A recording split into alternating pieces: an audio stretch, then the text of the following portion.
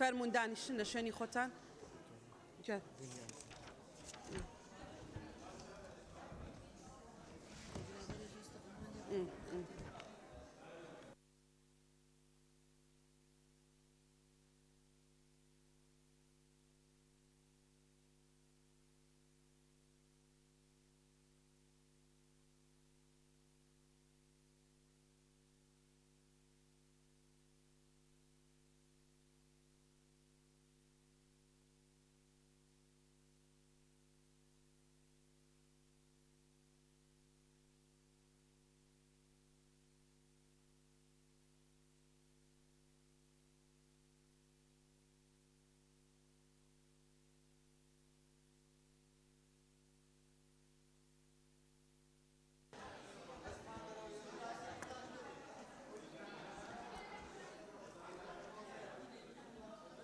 بەناوی خوای بەخشندەی میهرەبان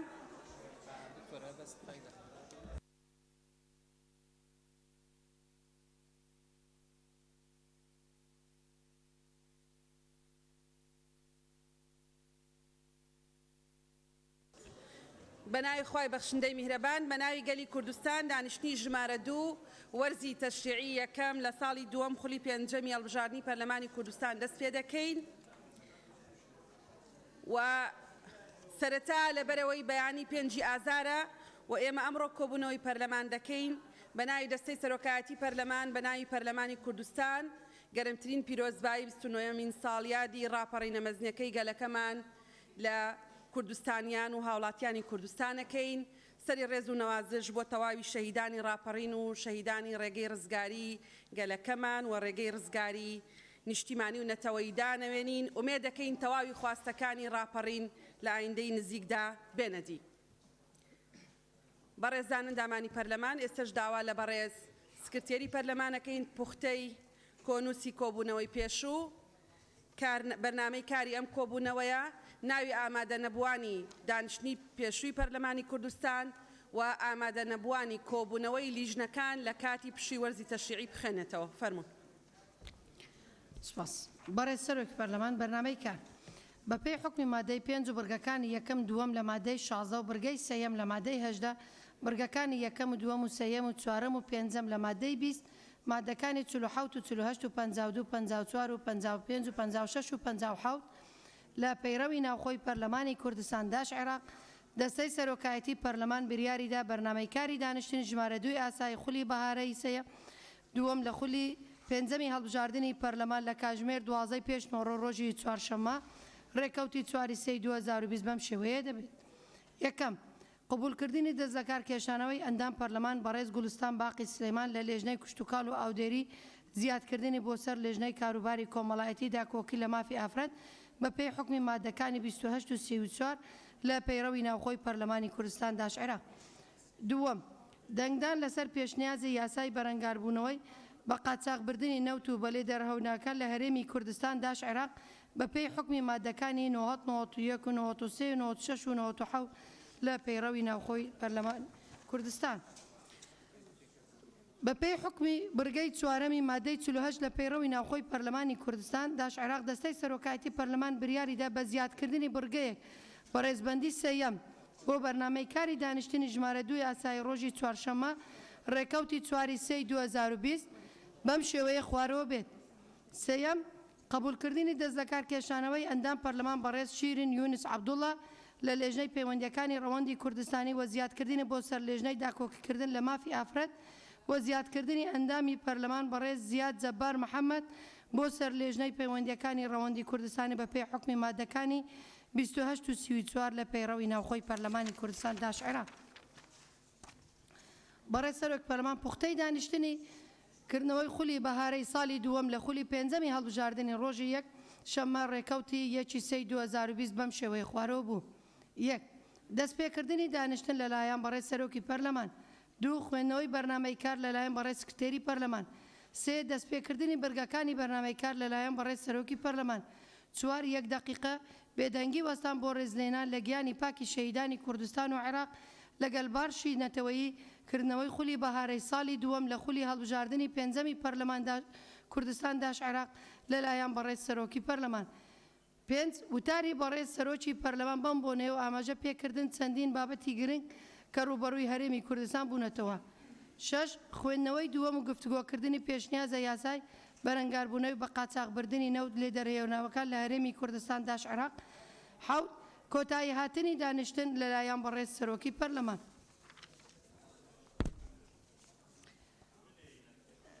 ناوی ئەو ئەندامانەی کە بە مۆڵەت یان بە بێمۆڵەت لە کۆبنەوەی لێژنە هەمیشەیەکانی پەرلەمان ئامادە نەبوون. 1 لێژنەی داکۆکیکردن لە مافی ئافرەت لە 5/1/2020 بەدری ئیسماعیل محەممەد محمود مۆڵەت. 2 لێژنەی دارایی کاروباری ئابووری لە 27/1/2020 هیڤیدار ئەحمەد سلەیمان شێرکۆ جەودەت مستەفا سەرکۆ ئازاد حوسێن مۆڵەت. 3 لێژنەی ئاوەدانکردنەوە بەرهێنان لە 28/1/2020 شوان کەریم محەممەد شەمۆڵ ئاشین محەممەد هەردووچیان مۆڵەت بوون. دابان محەممەد ساڵح مۆڵەت. 4 لێژنەی کاروباری پێشمەرگە 3/2/2020 ئەبوو بەکر عومەر هەڵادین مۆڵەت باپیر کامەڵە سلەیمان مۆڵەت بژار خالید عەبدوڵڵا مۆڵەت. 5 لێژنەی ناوچە کوردستانیەکانی دەرەوە ئیدارەی هەرێم 4/2/2020 عەبدولناسر ئەحمەد عەلی مۆڵەت مەم ئسکەندەر مۆڵەت هەدیە موراد حەیدەر مۆڵەت شیرین ئەمین عەبدولعەزیز مۆڵەت سەروان فەرەج محەممەد مۆڵەت. بەڕێز سەرۆک پەرلەمان کە ئاگدار نان دوای ژەڵێ ناومان نەخوێنراتەوە هۆڵەکە پارێزم باشترە. 6 سکرتێری پەرلەمان دەڵێ تەرکیزکەن بۆ ئەگەر ناوی یەکێکمان بەغەڵەت کردبوو ئێستا چاکیکەین دوایی کەس گلەیینەکە. یاڵ سپاس. 6 لێژنەی وزە و سامانە سروشتیەکان و پیشەسازی و بازرگانی 4/2/2020 سەرکۆ ئازاد حوسێن مۆڵەت سۆران عومەر سەعید مۆڵەت ڕێبوار عەبدوڕەحیم عەبدوڵڵا مۆڵەت. لێژنەی پەروەردە و خوێندنی باڵا و توێژینەوەی زانستی فەرید یعقوب ئیلیە مۆڵەت گوڵستان باقی سلەیمان مۆڵەت هەلەز ئەحمەد محەممەد مۆڵەت. لێژنەی کاروباری شەهیدانی جینۆساید و زیندانیانی سیاسی 12/2/2020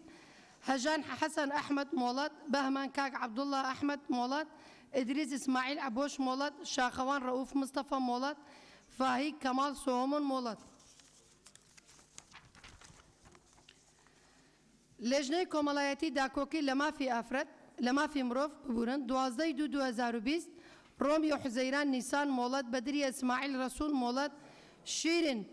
یونس عەبدوڵڵا مۆڵەت مەم ئسکەندەر مۆڵەت هیمداد سەباح بیلال ئامادە نەبوو. لێژنەی دارایی و کاروباری ئابووری 7/2/2020 شێرکۆ جەودەت مستەفا مۆڵەت سەرکۆ ئازاد حوسێن مۆڵەت. لێژنەی پەروەردە و خوێندنی باڵا و تۆژینەوەی زانستی 7/2/2020 فەرید یعقوب ئیلیە مۆڵەت. لێژنەی ڕۆشنبیری کۆمەڵگەی مەدەنی وەرزش و لاوان 8/2/2020 مەم بورهان قانع مۆڵەت. لێژنەی کاروباری یاسایی 8/2/2020 عەباس فەتاح ساڵح مۆڵەت سەلام عەبدوڵڵا حەسەن ئامادە نەبوو. لێژنەی کاروباری شەهیدانی جینۆساید زیندانیانی سیاسی 24/2/2020 ئیدریس ئیسماعیل عەبۆش مۆڵەت. لێژنەی دارایی و کاروباری ئابووری 24/2/2020 محەممەد سەعدەدین مۆڵەت سۆران عومەر سەعید مۆڵەت سەرکۆ ئازاد مۆڵەت. لێژنەی ڕۆشنبیری کۆمەڵگای مەدەنی وەرزش و لاوان 25/2/2020 ئازاد ئەکرەم بەهرەم مۆڵەت. لێژنەی دارایی و کاروباری ئابووری 25/2/2020 محەممەد سەعدەدین مۆڵەت لێزە فەلەکەدین مۆڵەت سەرکۆ ئازاد حوسێن مۆڵەت. لێژنەی کاروباری تەندروستی و ژینگەی مافی بەکاربەر 25/2/2020 کازم فاروق نامق مۆڵەت. لێژنەی ناوخۆ و ئاسایش و ئەنجومەنی خۆزەییەکان 25/2/2020 ڕزگار حوسێن ڕزگار عیسە سوار ببوورن مۆڵەت. لێژنەیەک ئاوەدانکردنەوە بەرهێنان 26/2/2020 بەهمان کاک عەبدوڵڵا ئەحمەد مۆڵەت شوان کەریم محەممەد مۆڵەت هەورەمان حەمە شەریف مۆڵەت. لێژنەی ناوچە کوردستانیەکانی دەرەوەی هەرێم 26/2/2020 جەمال حوێز مستەفا مۆڵەت مەم ئسکەندەر مۆڵەت لیزە فەلەکەدین کاکەی مۆڵەت.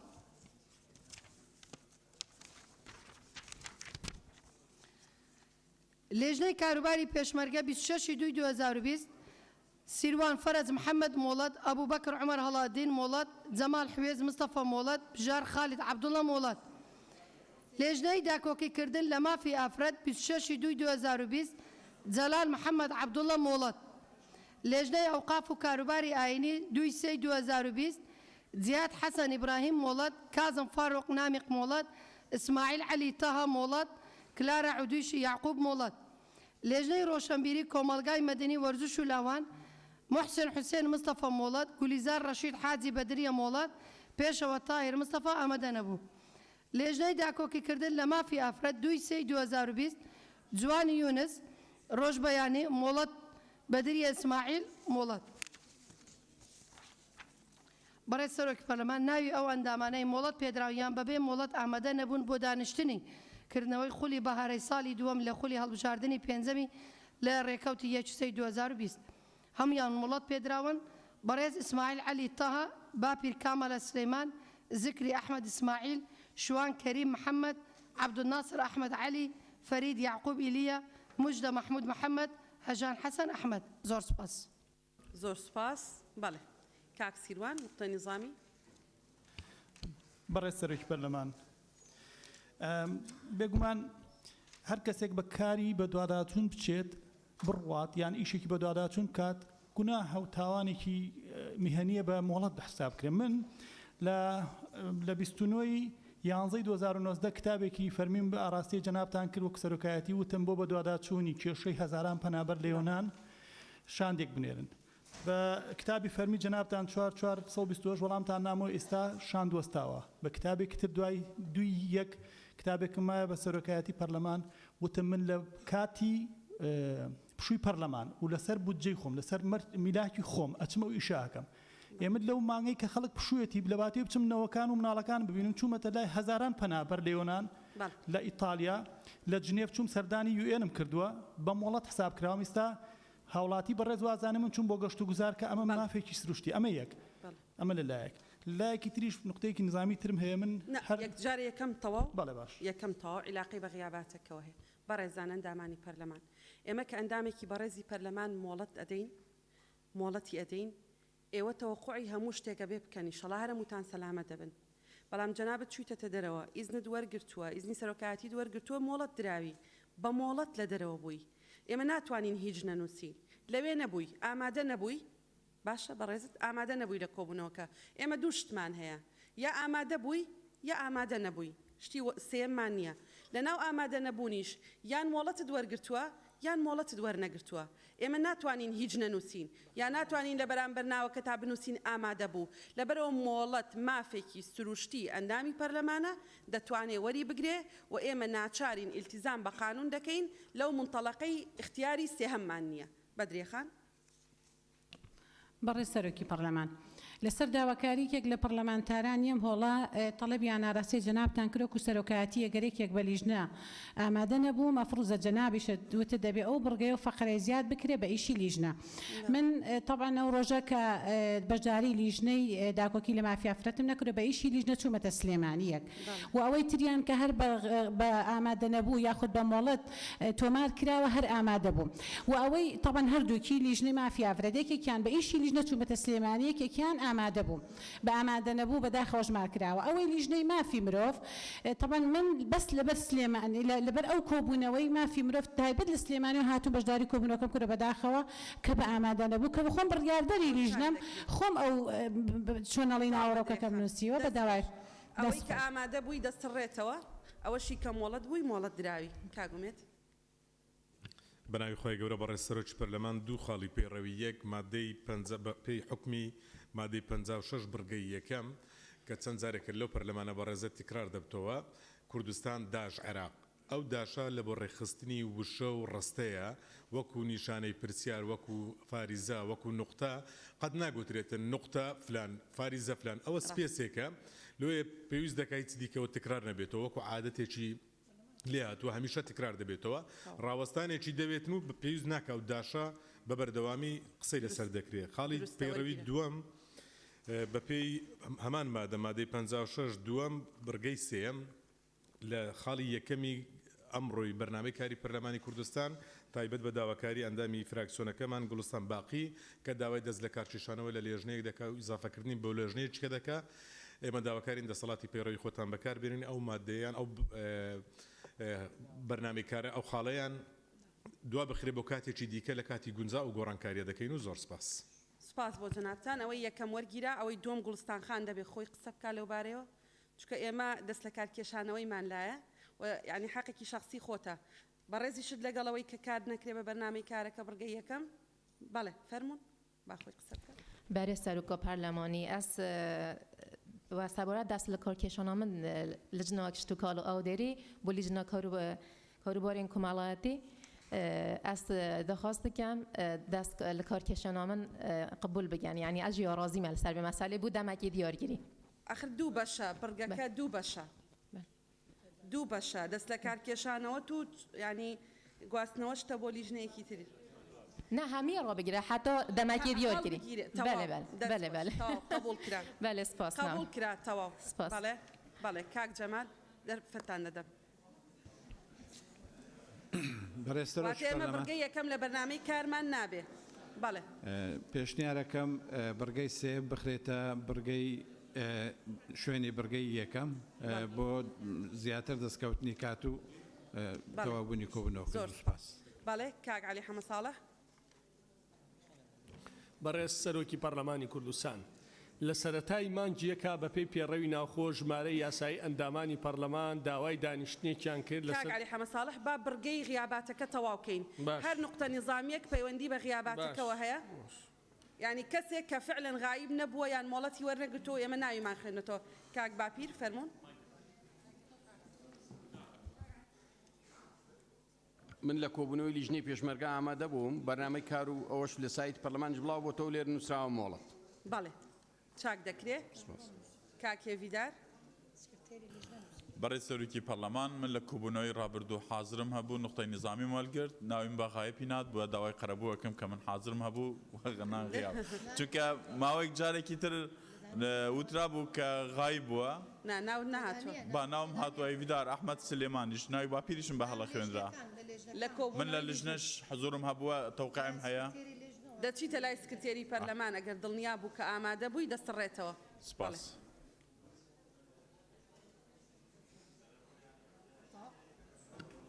بله بناو خدای مزن و دلوان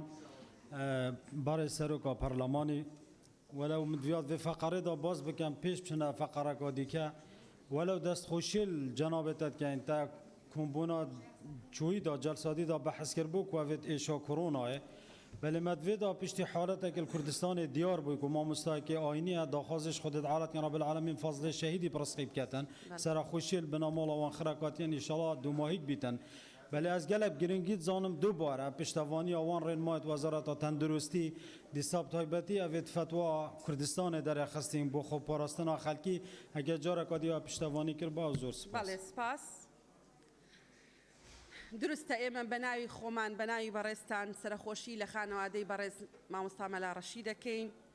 خواستە بوری خانەوادە و کەس و کاری بداوی شەڵا خوالی خۆش بێ و پشتیوانی بەردەواممان بۆ هەموو ڕێکارەکانی حکوومەت یاریێمی کوردستان دامەزراوە فەرمیەکان لە ڕوبەڕووبوونەوەی نەخۆشیەکە تایبەت بە غیابات کەسی تر نقطەی نظامی هەیە مامۆستا ئەبوبەکر بەڕێز سەرۆکی پەرلەمان بەڕێز سکرتێری پەرلەمان دوو جار ناوی منی خوێندەوە لە لیژنەی پێشمەرگە کە مۆڵەتم من یەک جار مۆڵەت بووم زۆر سپاس.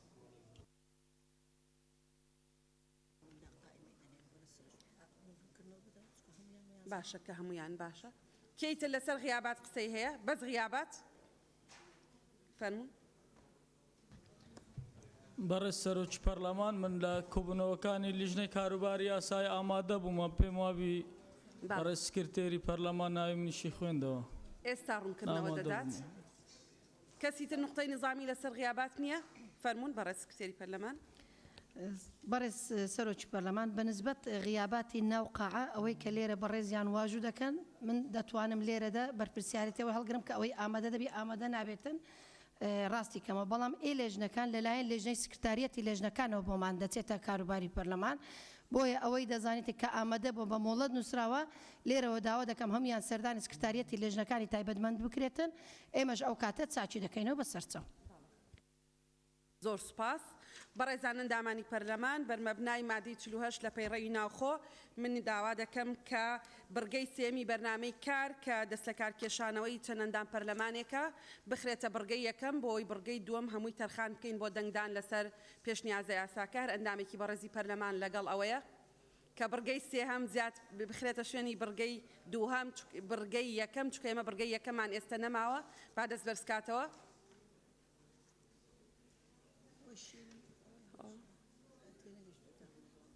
بەڵێ بڕگەی سێم بەرمەبنای پەیڕەوی ناوخۆ ئێستا سکرتێری پەرلەمان بۆی خوێندنەوە سەرۆکی فراکسیۆنێکی پەرلەمانی داوای کردووە بڕگەی سێم ئیزافە بکرێت کە دەست لە کارکێشانەوەی پەرلەمانتارێک و زیادکردنی دوو پەرلەمانتار.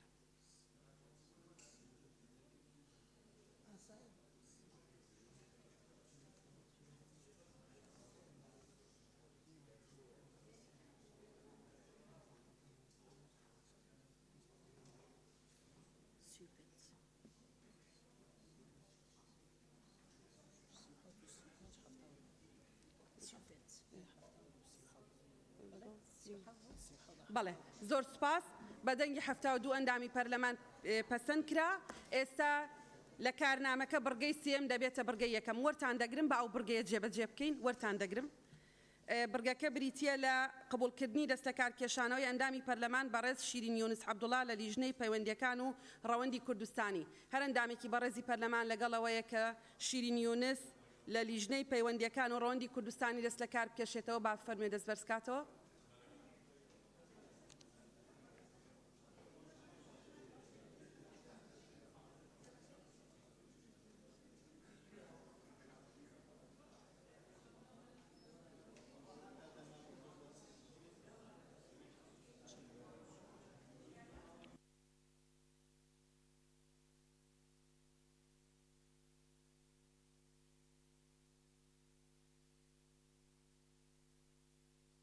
زۆر سپاس بە دەنگی 76 ئەندامی پەرلەمان پەسەند کرا هەر ئەندامێکی بەڕێزی پەرلەمان لەگەڵەوەیە کە شیرین یونس ئیزافە بکرێ بۆ لیژنەی داکۆکیکردن لە مافی ئافرەت با بفەرمێ دەنگ بدە.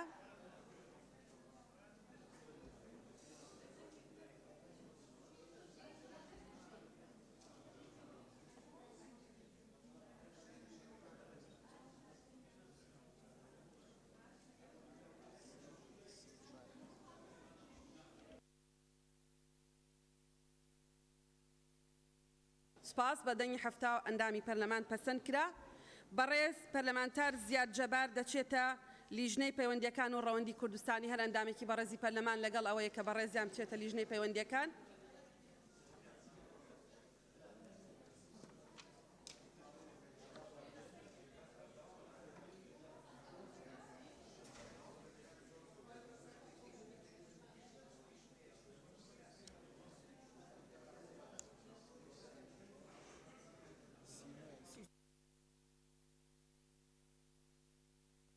بە دەنگی 73 ئەندامی پەرلەمان پەسەند کرا بەڕێزان ئێستا بڕگەی نقطەی نظامی بەڵێ کاک سەرکۆ بەڵێ وەرتان دەگرم ئێستا هەمووتان. بەڕێز سەرۆکی پەرلەمان بە پێی مادەی 48 خاڵی چوارەم مادەی 66 خاڵی یەکەم لە پەیڕەوی ناوخۆ لە بڕواری 9/12/2019 کۆمەڵێک لە ئەندامانی پەرلەمان کە ڕێژەی یاساییان تەواو کردبوو داوایان کرد دەستەی سەرۆکایەتی پەرلەمان کۆبوونەوەیەک بۆ گفتوگۆکردن لەسەر دۆخی خاڵە سنووریەکان بکات کە بە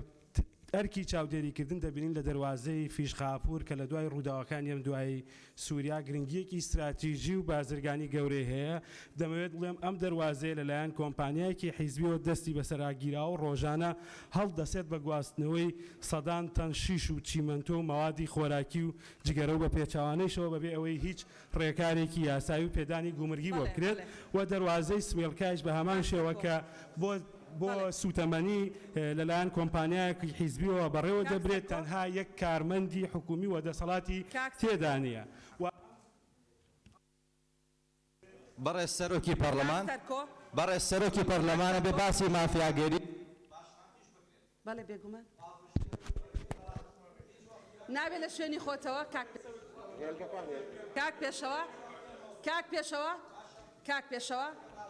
کاک پێشەوە ئیدارەدانی ئەم جەلسەیە ئەرکی منە قبول ناکەی ئەرکی منە ڕاگرتنی جەلسە ئەرکی منە ئەرکی تۆ نیە لە شوێنی خۆتەوە قسەمەکە. بەڕێزان ئەندامانی پەرلەمان سەبارەت بە خاڵە سنووریەکان ئێوە دەزانن ئێمەش دەزانین خەڵکیش دەزانێ ڕاگەاندنیش دەزانێ ڕای گشتیش دەزانێ و حکوومەتی هەرێمی کوردستان خۆشی دەزانێ دۆخی خاڵە سنووریەکانی هەرێمی کوردستان دۆخێکە پێویستی بە پێداچوونەوە قسە لەسەرکردن بە هەندوەرگرتنە لەبەرەوەی خاڵە سنووریەکانی هەرێمی کوردستان یەکێکن لە سەرچاوەکانی گرنگی داهاتی هەرێمی کوردستان. بەڵێ ڕاستە بەڕێزان ئەندامانی پەرلەمان کاک عەلی حەمە ساڵح، کاک سۆران عومەر، کاک هێڤیدار چەند بەڕێزێکی تر لە لیژنەی دارایی لە پێش تەواوبوونی ئەم وەرزی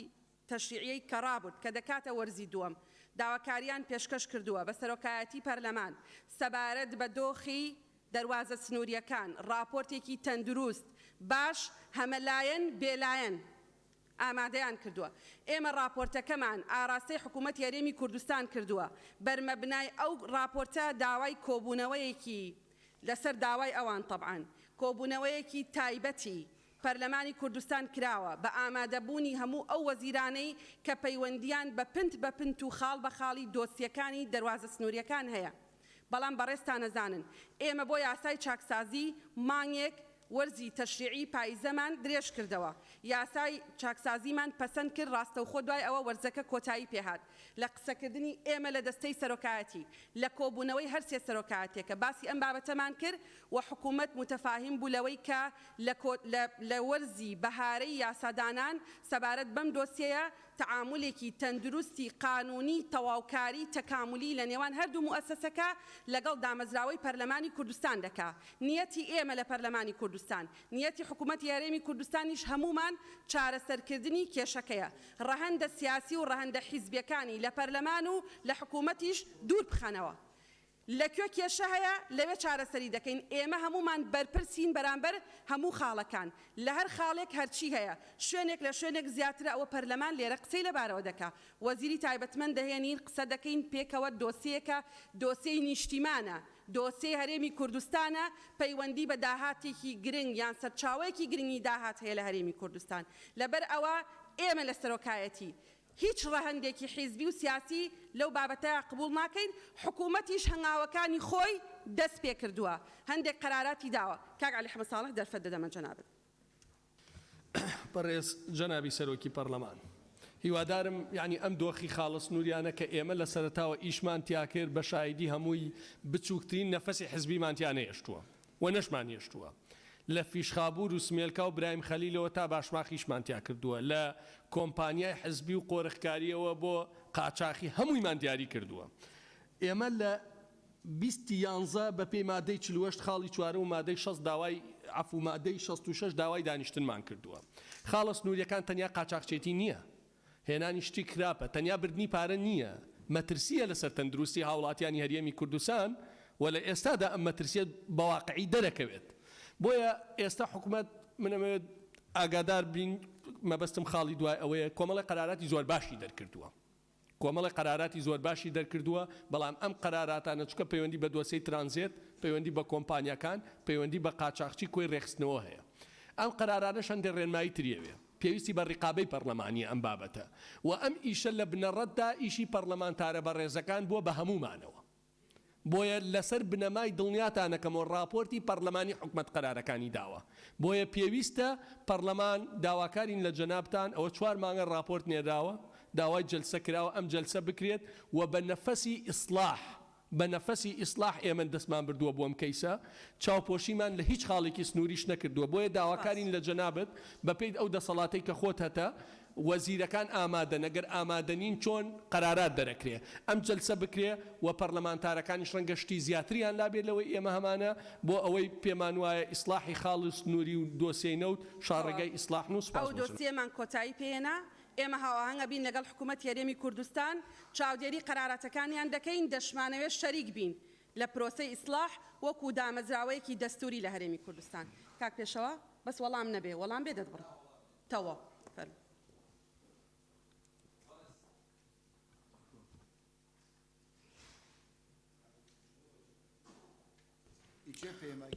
بەڕێز سەرۆکی پەرلەمان لە بابەتی دەواازە سنووریەکان پاڵپشتی لە قسەکانی جەناب دەروەها برای بەڕێزم کاک عەلی حەمە ساڵحەکەم ئەمە بابەتێکە پەیوەندی بەوە نییە کە لە باشماخەیان لە چۆمانیان لە ئیبراهیم خەلیلە بە پێی دوایین راپۆرت تەصنیفی گومرگەکان بڵاو کراوەتەوە کە فەزاحەت لە چ گومرگێکە و لەکوێ هەیە و لەکوێ نییە ئێمە توانین بیخێنە ڕوو بۆ خەڵکی کوردستان چەند ڕۆژێک لەمەوبەر ئەگرین بۆ کۆبوونەوەکەی کە حکوومەت دێ بەس 30 سانیە دیکە باشە هیوام وایە هەر کەسێک هەر لایەنێک قسە لەسەرم پرسە ئەکات بە نەفەسێکی نیشتیمانیانە بیکات لەبەرەوەی کە ترێلەیەک هێلکە کە لە باشماقیان لە چۆمان داخل بێت لە هەر شوێنێکی دیکە بێت لە حاجۆمەران بێ دوایە چێتە گەدەی خەڵکی کوردستانەوە ئەو جگەرەی کە وەکو زەهر داخڵەکرێت هەموو یەچێتە گەدەی خەڵکی کوردستانەوە ئێمە داوامان کردووە کە مەرزەکان بە قۆنتەرات نەدرێن نەفرۆشرێن بە شەوان پاسەوانی ئەو ترێلانە نەکرێت کە هێلکە بە قاچاقەهێن و بە 20 میلیۆن دلار گەیشت کاکاوە فەرمونون بەڕێز سەرۆکی پەرلەمان دیارە بەپێی مادەی 66 ئێمە ژمارێک لە پەرلەمانتارن کە ژمارەمان 12 پەرلەمانتار بوو لە بەرواری 6/2 یاداشتێکمان ئاراستەی بەڕێستان کردووە داوامان کردووە کە دانیشتنێک بکرێت سەبارەت بە دانەمەزراندنی سەبارەت بە دەرچوە دانەمەزراوەکانی زانکۆ و پەیمانگاکان کە لە ئێستادا ژمارەیان نزیکەی 200,000 کەسە و تا ئێستا دانەمەزراون و ئەمە بارودۆخێکی نەگونجاوی خوڵقان بووە لە هەرێمی کوردستان و هەر بەپێی مادەی 66 بڕگەی سێیام لە دەبواە دەستەی سەرۆکایەتی پەرلەمانی کوردستان لە ماوەی 14 ڕۆژ ئەو دانیشتنەی ڕێک بخست بە ئامادەبوونی بەرپرسانی تایبەتمەند لە ئەنجومەنی وەزیران بۆ ئەوەی ئەنجومەنی وەزیران پلانی خۆی بخاتە ڕوو ئاخۆ ئایا پلانی چییە بۆ دامەزراندن و بەگەرخستنی دەرچوانی دانەمەزراوی زانکۆ و پەیمانگاکان زۆر سپاس. ڕاستە ئێمە و یاداشتەمان پێگەیشتۆ بە ڕێزان ئەندامانی پەرلەمان بەڵام بەرمەبنای مادە 67 لە پەیڕەوی ناوخۆ بڕگەی سێهەم بەڕێستان لەبەردەستانایە ئەکرێ لە ئەنجامی خستنەڕووی بابەتێکی گشتی بۆ گفتوگۆ دەستەی سەرۆکایەتی بابەتەکە ئاراستەی لیژنەی پەیوەندیدار بکە بۆ ئەوەی راپۆرتی تایبەت لەو بارەیەوە ئامادە بکە دواتر پەرلەمان بڕیار و ڕێوشێنی پێویست بگرێتە بەر یا ئەکرێ لەو دانیشتندا پەرلەمان ڕاستپاردەی پێویست دەربکە ئێمە لەبەرەوەی بەلامانەوە گرنگ بوو دۆسیەکە بەلامانەوە گرنگە هەر لە کاتی خۆیان ئاراستەی بەڕێزان لە لیژنەی دارایی پەرلەمانی کوردستانمان کردووە لەبەرەوەی پێمان وا بۆ بابەتەکە پەیوەندی بە ئەوانەوە هەیە و بێ ئەوان راپۆرتەکە ئامادە بکەن ئێستش لەم کۆبوونەوەیە داوایان لێ دەکەین کە راپۆرتی تایبەت بەو یاداشتەی ئەو بەڕێز کاکاوە باسیەکەوە لەگەڵ هاوڕێکانی لە پەرلەمانی کوردستان واژۆیان لەسەر کردووە راپۆرتەکە ئامادە بکەن چکە ئێمە ئاڕاستەمان کردو کاک دیاری بەڕێز سەرۆکی پەرلەمان من دەمەوێت ئەوە بڵێم بەپێی پێڕووی ناوخۆی پەرلەمانی کوردستان ئەرکی پەرلەمانی کوردستانە لە کاتی هەبوونی ڕووداوێکی لە ناکاویان ڕووداوێکی سروشتیان هەر ڕووداوێک ئەگەرێک کاتێ دێتە پێشەوە پەرلەمانی کوردستان دانیشتێکی لەسەر بکات ئێمە لە 12 مانگی ڕابردووە کۆمەڵێک پەرلەمانتار یاداشتێکمان دادەست جەنابەت نەمانتوانی بەپێی پێڕووی ناوخۆی پەرلەمانی کوردستان لەو کاتەیە پشوو بوو ئیمزای تاوکۆ بکەینەوە بەڕێستان وتان وەزیرە پەیوەندیدارەکان بانکین داوامان کرد کە وەزیرە پەیوەندیدارەکان وەزیری تەندروستی وەزیری ناوخۆ وەزیری کشتوکاڵ وەزیرەکانی دیکەی پابندن بە ڕێکارەکان بۆ ڕوبەڕووبوونەوە لە ڤایرۆسی کۆرۆنا بۆی بێنە پەرلەمانی کوردستان بۆیە لێرە داوا لە بەڕێز تانوەک سەرۆکی پەرلەمانی کوردستان دەکەم کە داوا بکەنە وەزیرانیان دانیشتێکی تایبەت بکرێت بۆی وەزیرە تایبەتانە بێنە پەرلەمانی کوردستان بۆی بزانین ڕێکارەکان چیەوە ئەو کەم و کوڕیانە چین کە تاوەکو ئێستا هەن و لە ئێستادا هەمومان دەزانین کاک دیاری سوپاس گەیشت بەڕێستان ئەو یاداشتەی هێنا بوتان توانی بوتان حەوت ئیمزا کۆ بکەنەوە لە کاتی پشووی وەرزی تەشریعی بوو ئەبەیەک لە سەرسی ئەندامانی پەرلەمان واژۆی بکەن ئێمە پێمان وا بۆ ئەو بابەتە بابەتێکی گرنگە و لەو ڕوانگەیەوە ڕاستەوخۆ ئێستا دەرفەت دەدەم بە دکتۆر سەباح لەو بارەیەوە قسە بکە ڕاستەوخۆ بەڕێز سەرۆکی لیژنەی تەندروستیمان بان کرد و پێمان وت کە ئەوە داخوازیکی وا هەیە لەلایەن ئەندامانی پەرلەمانەوە بەڵام نەیانتوانیوە ژمارەی یاسایی واژۆ کۆ بکەنەوە ئێوە وەکو لیژنەی تەندروستی ئەرکی خۆتان بکەن و دەرفەتی دەدەمێ بۆی لەو بارەیەوە قسە بکە ئێمە پێمان وایە ئەم بابەتە بابەتێکی گرنگە بەڵام هەندێک جار پشتیوانیکردنی ئەوەی کە هەیە ڕەنگە زۆر باشتر بێت لەوەی کە ئێمە بزبانیان کەین بۆ ئێرە ئەوان بڵێن ئێمە وامان کردو وا دەکەین ئێمە چاودێری ئەوە بکەین بزانین ئەو پرۆسەیە کە ئێستا لە ڕێیە چۆنە و ئەمە بەڕاستی ئافاتێکە کە پێویستمان بەوەیە پێکەوە بین لە دوو سەنگەری جیاوازانین لە هەمان سەنگەراین بەڵام ئێوە دەبێت چاودێرێکی زۆر باشی یان هەمومان دەبێت چاودێرێکی زۆر باشی پرۆسەکە بین کاکتۆر سەباح فەرموو قسەی خۆت لەو بارەیەوە بکە سوپاس سەرۆکی پەرلەمان ئێمە وەکو لیژنەی تەندروستی کاروباری تەندروستی و ژینگە و مافی بەکاربەر بە ئەرکی خۆمان هەستاوین بانکهێشتی وەزیرمان کرد وەزیر لەگەر هەموو مدیر عامەکان هاتوبوونە لژنە تەوزیحێکی کاملیاندا دەربارەی ئەو ڕێکارانەی کە وەزارەتی تەندروستی و ناوخۆ و ئەو وەزارانەی پەیوەندیدارن دا هەموو ئەندامانی لژنە کە لەوێ بوون پرسیاریان کرد ئەوەیان کرد سوالی ئەوان زۆر مقنع جوابیان زۆر مقنع بوو مۆتەمەر کنگرێکی ڕۆژنامەوانیش لە پەرلەمان کرا وەزیری تەندروستی هەموو تشتەکان خستە ڕوو بەڕاستی ئەو ڕێکارانەی کە وەزارەتی تەندروستی و حکوومەتی هەرێم کردیتە بەر لە منطقەی شەرق الأوسط زۆر بە ئاعترافی WHO کە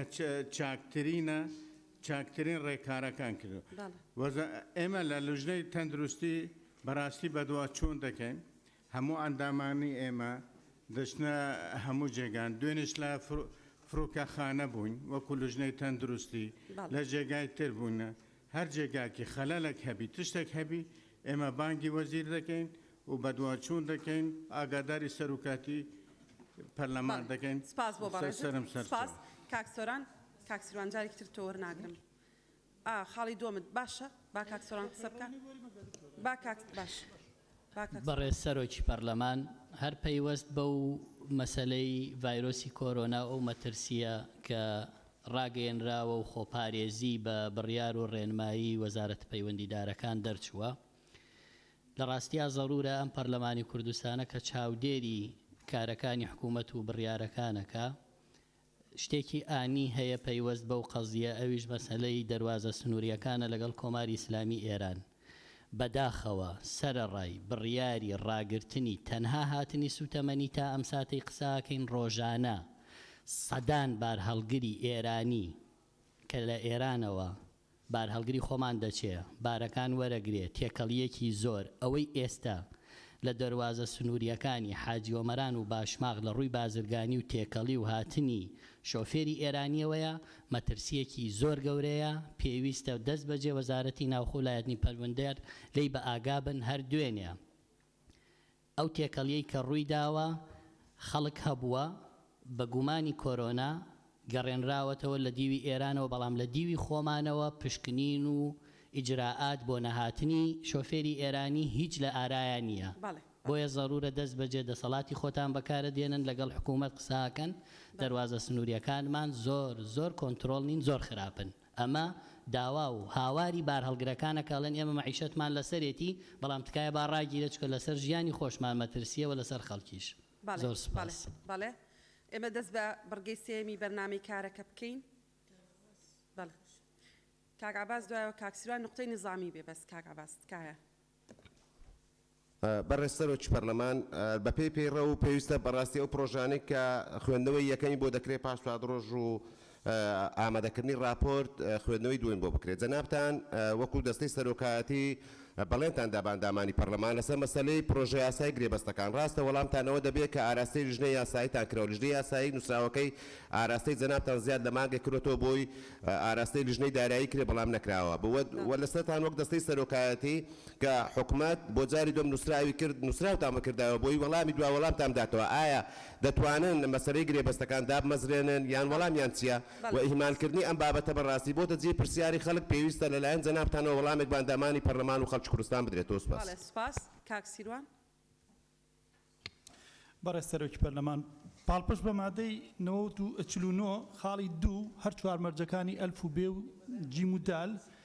لە سەرەتای مانگی دوودا بیرۆکەیەکم پێشکەشی بەڕێز سەرۆکایەتی پەرلەمان کرد بۆ باسکردن لە کێشەی کۆچکردن و پەنابەران کە لەم کاتەیە من بەداداچوونم کردبوو لە وڵاتانی یۆناان و ئیتالیا و لە جنێڤ بووم ئەو داوایە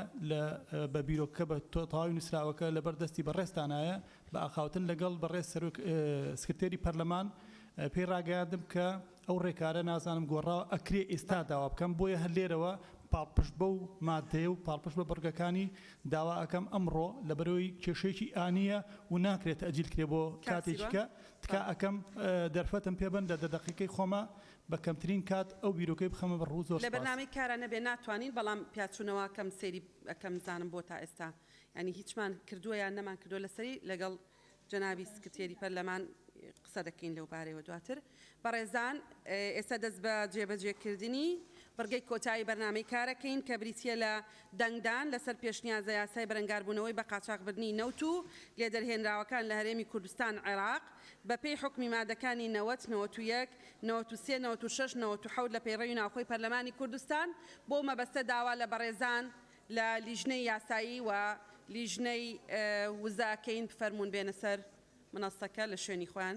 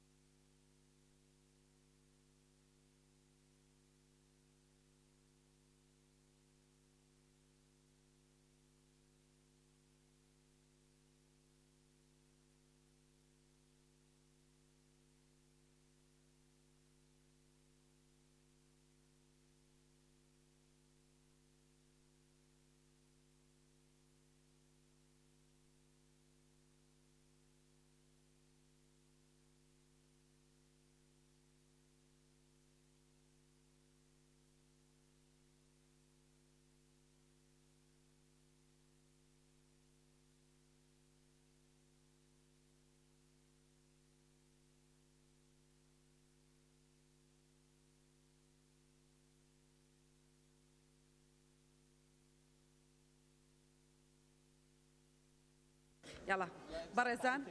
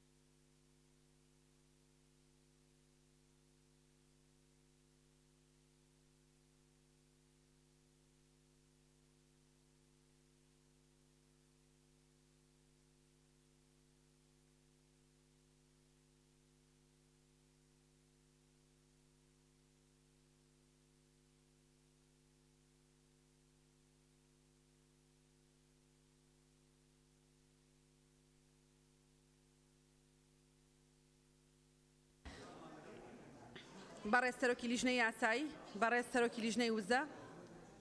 فەرمون ئامادەن لە ناو نیشانەوە دەست پێ بکەن یەک بیان خوێنەوە بۆی بیان خەینە دەنگدان فەرمون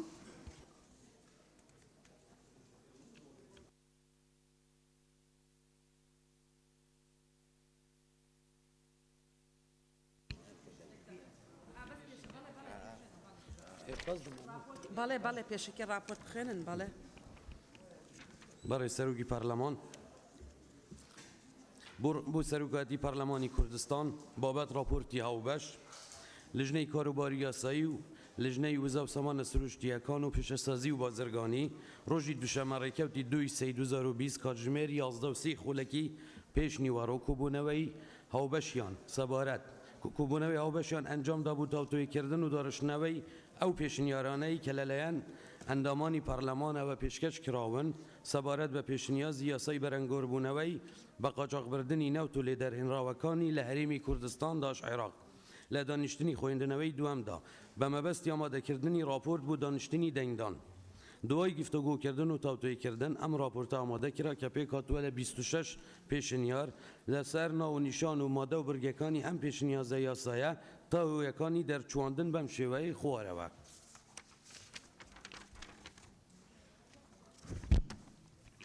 سەبارەت بە ناو و نیشان 4 پێشنیار هەیە پێشنیاری یەکەم پێشنیاز یاسای نەهێشتنی بە قاچاقبردنی نەوت و لێدەرهێنراوەکانی لە هەرێمی کوردستان داش عێراق پێشنیاری دووەم پێشنیاز یاسای ڕێگریکردن لە بە قاچاقبردنی نەوت و گاز و لێدەرهێنراوەکانیان لە هەرێمی کوردستان داش عێراق داشمەڵێ لە هەرێمی کوردستان عێراق یەک تۆس هەموو جارێک داش بەکار هاتووە مەیڵێ قەینە پێشنیازی سێەم پێشنیاز یاسای ڕێگریکردن لە بە قاچاقبردنی نەوت و لێدەرهێنراوەکانی لە هەرێمی کوردستان عێراق پێشنیاری چوارەم وەک خۆی پێشنیاز یاسای بەرەنگاربوونەوەی بە قاچاقبردنی نەوت و لێدەرهێنراوەکانی لە هەرێمی کوردستان عێراق بەڵێ بەڕێزان ئەندامانی پەرلەمان سەبارەت بە ناونیشان کاکزانە نقطەی نظامی بێ مادەکەشمان پێ بڵێ بەڵێ بەڕێز سەرۆکی پەرلەمان بە پێی مادەی 89 بڕگەی دووەم لە دانیشتنی خوێندنەوەی دووەمدا ئەگەر ڕایەک لە ڕایەکان زیاتر هەبوو لیژنەی تایبەتمەند بە هەمانجی لەگەڵ لیژنەی یاسایی داڕشتنەوەیەکی سەر لە نوێی بۆ دەکات واگەر پێویست بکار ڕووکردنەوە دەدات وا باشتر دەبوو وەک یاسایەکانی دیکە پێشەوەی بخرێتە دەنگدان ڕای لیژنەی هاوبەش تێدا بنووسرێ بە وازەحی بۆ ئەوی بزانین کامیان ڕای ئەم لیژنەی تایبەتمەند و لیژنەی یاساییە بۆ ئەوەی لە کاتی دەنگدان بۆ پەرلەمانتارانی بەڕێز ئاسانتر بێت زۆر سوپاس بەڵێ سەرۆکی لیژنەی یاسایی قسێکتان هەیە لەوبارەیەوە بەڕێز سەرۆکی پەرلەمان ئەلووی وەختی ئەم ئەدنویسن پێشنیازی لیژنەی هاوبەش ئەگەر تشتێکێنی مستەڵەحێکێنی یان ڕستەیەکانی ئەم ئیزافە بکەین کو ئەسڵێ وێدا نەبێت ئەتوەک خۆی وێدا نەبێت ئەو مادە ئەvێ کو پێشنیارە هاوبەش تێدا نەبێت کەواتە ئەم ڕازی نەبووەک خۆیەکە کو ئەسڵێ وەیە زۆر سپاس وازحە بەڕێزان ئەندامانی پەرلەمان ڕوونکردنەوەکەی کاک بژار ئەوەیە کە ئەڵێ ئەگەر ئێمە شتێکمان بە ناوی لیژنەی هاوبەشدا نەنا مانای ئەوەیە شتێکی تازە نەهاتۆ ئەوان بەوەک خۆی ڕازین بەڵێ ئێستا ئێمە 4 پێشنیارمان هەیە یەکێکدان خەینە دەنگدان هەر ئەندامێکی بەڕێزی پەرلەمان لەگەڵ پێشنیاری یەکەمە کەس لەگەڵ نییە هەر بەڕێزێک لەگەڵ پێشنیاری دووەمە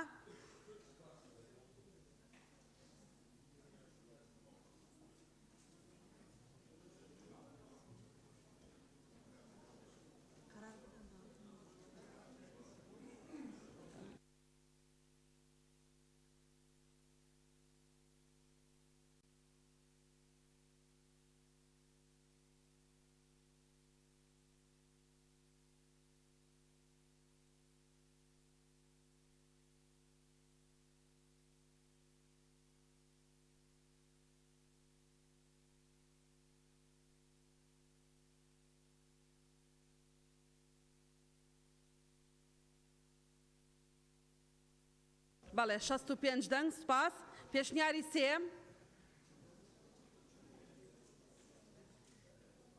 یەک دەنگ پێشنیاری چوارەم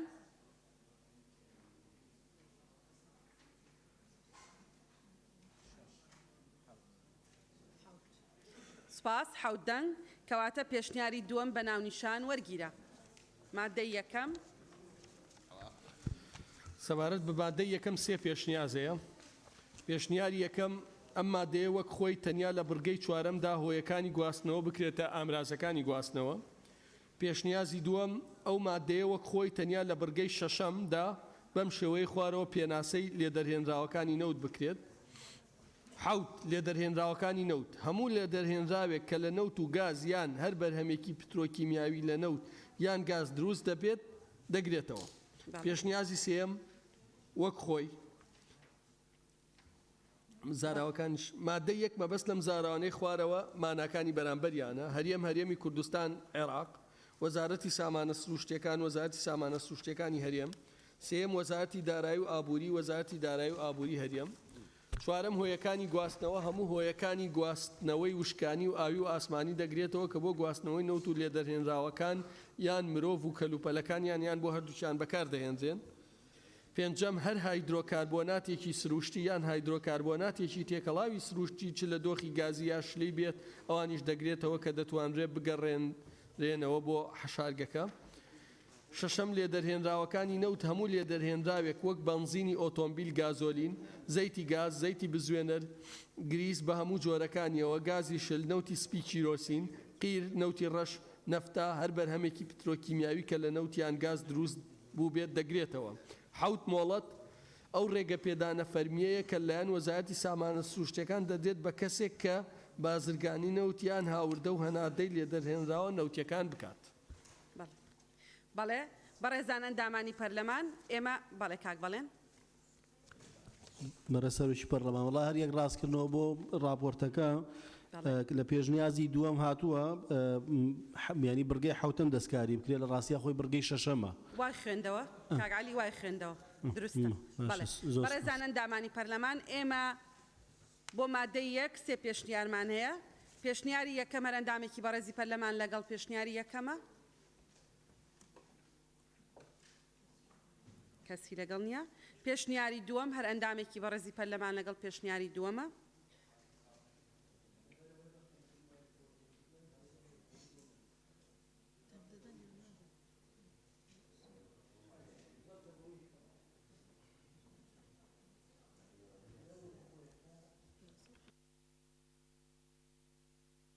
زەدەنگ پێشنیاری سێم وەک خۆی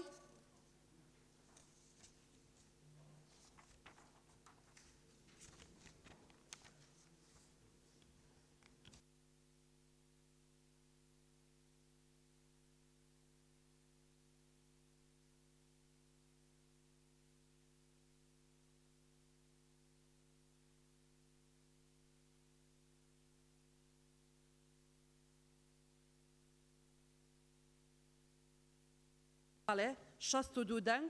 پێشنیاری سێم کە وەک خۆیەتی وەرگیرە. مادەی دوای ئەوە بەڕێزان سەبارەت بە مادەی دوو سەبارەت بە مادەی دووی پێشنیارێکە. بەڵێ وەک خۆیمان بۆ بخێننەوە. ئەو کردوانەی خوارەوە بە تاوان هەژمار دەکرێت. یەکەم بە قاچاقبردنی نەوت و لێدەرهێنراوەکانی فرۆشتن و گواستنەوەی نەوت و لێدەرهێنراوەکانی بە ڕێگەی نایاسایی بەدەر لەو بڕە دیاریکراوانەی کە بڕێگەی پێدراوە بە پێی یاسا و ڕێنمایە کارپێکراوەکان بە مەبەستی هاوردەکردن بێتیان هەناردەکردن بۆ دەرەوەی هەرێمی کوردستان. بردن و فرۆشتن دووەم بردن و فرۆشتنی هەر بڕێک لە نەوت و لێدەرهێنراوە نەوتیەکان کە تەرخان کراون بۆ پێداویستی فەرمانگە حکومی و ناحکومیەکان جا لە بازاڕەکانی ناوخۆدا بێت یان هەناردەی دەرەوە بکرێت. دووەم ساختەکردن یان دەستکاریکردنی مۆڵەت یان بەڵگەنامەی فەرمی بە مەبەستی ئەنجامدانی ئەو تاوانەی کە لە بڕگەی یەکەمدا خاڵی یەک و دووی ئەم مادەیە دەقنووس کراون. سێم هەر جۆرە ئاسانکاریەک لە بەکرێدانی عەمبار کەرەستە و شوێن دابینکردنی پارە بە مەبەستی ئەنجامدانی ئەو تاوانەی کە لە بڕگەی یەکەم و دووەمی ئەم مادەیە دەقنووس کراون.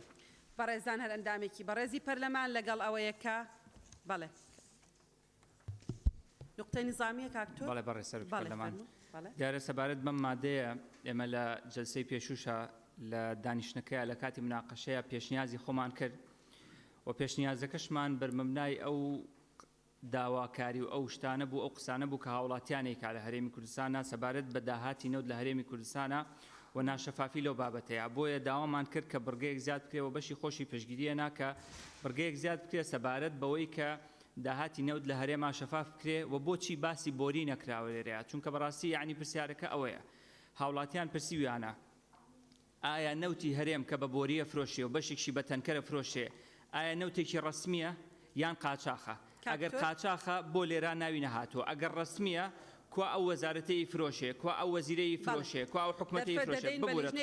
بەس با تەواویکەم بە ڕوخسەتی جەنابەت با تەواویکەم پەیامەکەم بگەێنم دوای وەڵامم بنەوە ئەگەر ڕسمیشە کوا ئەو لانەی فرۆشێ ئەم پەرلەمانە گرنگە ڕێز لەو یاسایانە بگرێت کە خۆی دەرێکات جەنابەت ئەندامی خولی پێشووی پەرلەمان بووی لە ساڵی 2015 لەم پەرلەمانەوە یاسایەکتان دەرکردووە یاسای سندوقی کوردستان بۆ داهاتنەوت و گازەکان تا ئێستا حکومەت ئیلتیزامی پێوە نەکردووە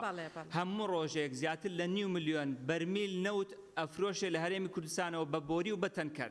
بە عەرز دەکەم ئەم پارەیە کەس نازانێ بە چەنە فرۆشتێ دکتۆر کازم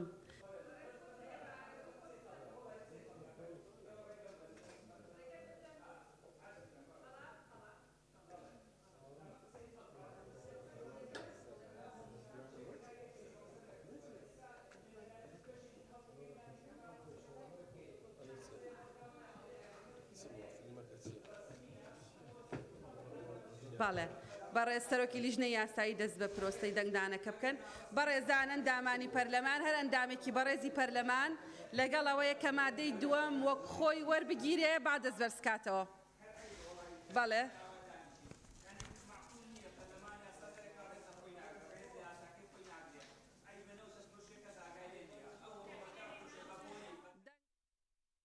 بەڕێزان ئەندامانی پەرلەمان هەر ئەندامێکی بەڕێزی پەرلەمان لەگەڵ مادەکێ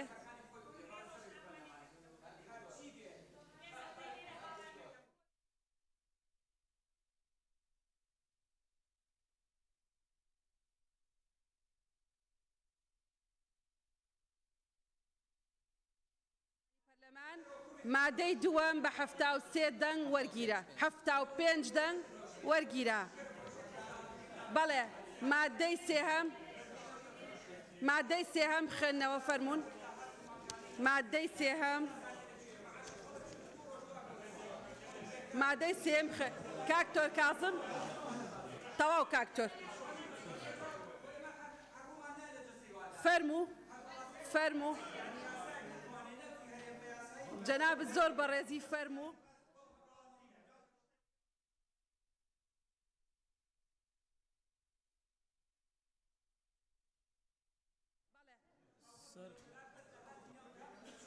فەرموون کاکتۆر کازم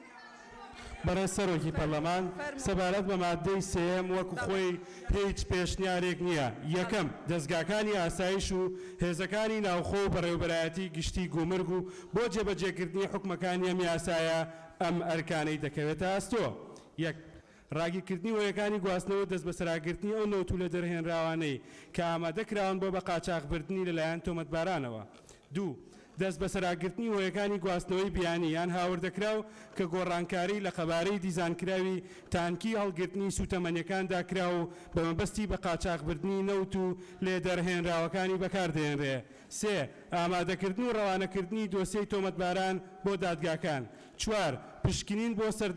بۆ بەسەردادانی هەر هۆیەکی گواستنەوە ئەمبار نووسنگەکان یان هەر شوێنێکی دیکە لە کاتی بوونی گومانی ئەنجامدانی یەکێک لەو تاوانەی کە لەم یاسایەدا داخنووس کراون دووەم بۆ ڕێگیریکردن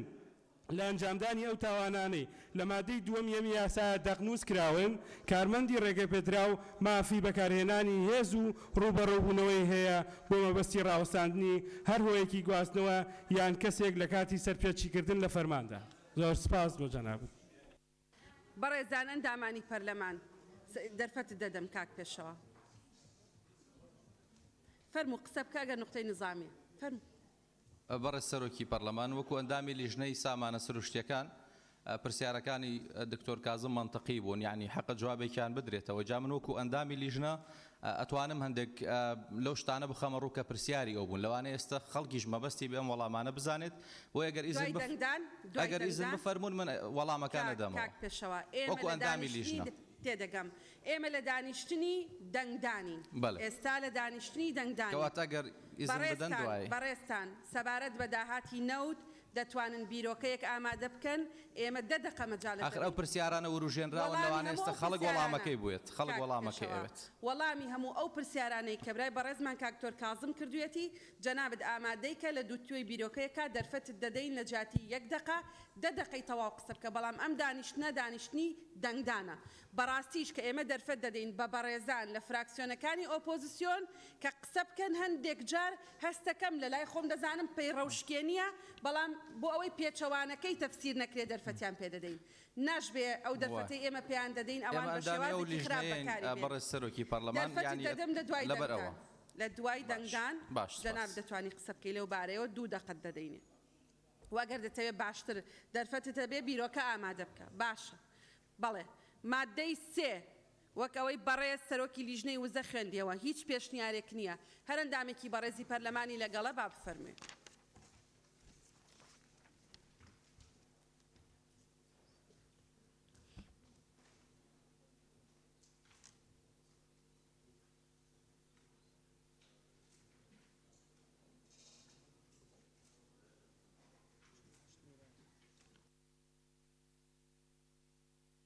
سپاس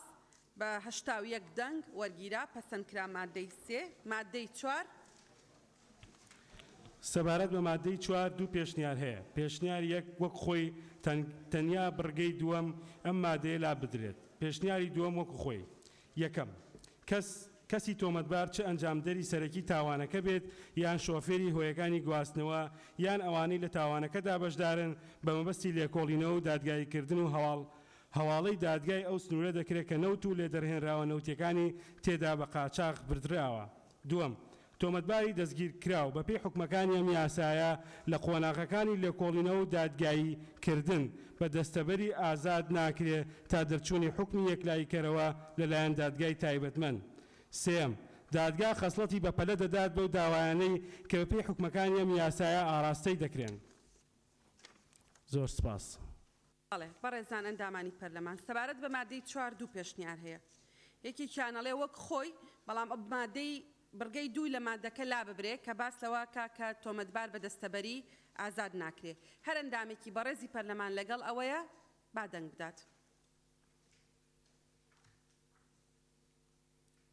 بەڵێ 2 دەنگ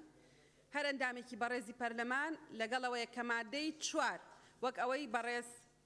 ئەندامی لیژنەی وزە خوێندیەوە دەنگی لەسەر بدرێ پەسەند بکرێ با دەنگ بدا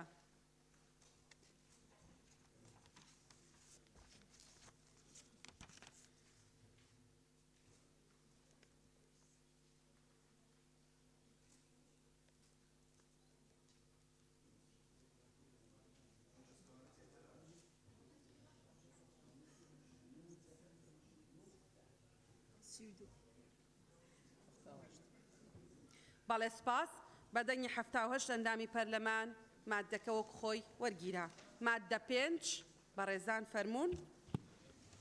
بەڕێز سەرۆکی پەرلەمان سەبارەت بە مادەی 5 دوو پێشنیار هەیە پێشنیاری یەکەم وەک خۆی تەنها بڕگەی یەکەمی ئەم مادەیە بەم شێوەی خوارەوەی لێ بکرێ یەکەم هەر کەسێک یەکێک لەو کردەوانە ئەنجام بدات کە مادەی دووی ئەم یاسایە دەقنووسکراون بە زیندانیکردن کە لە 5 ساڵ کەمتر نەبێت و لە 10 ساڵ زیاتر نەبێت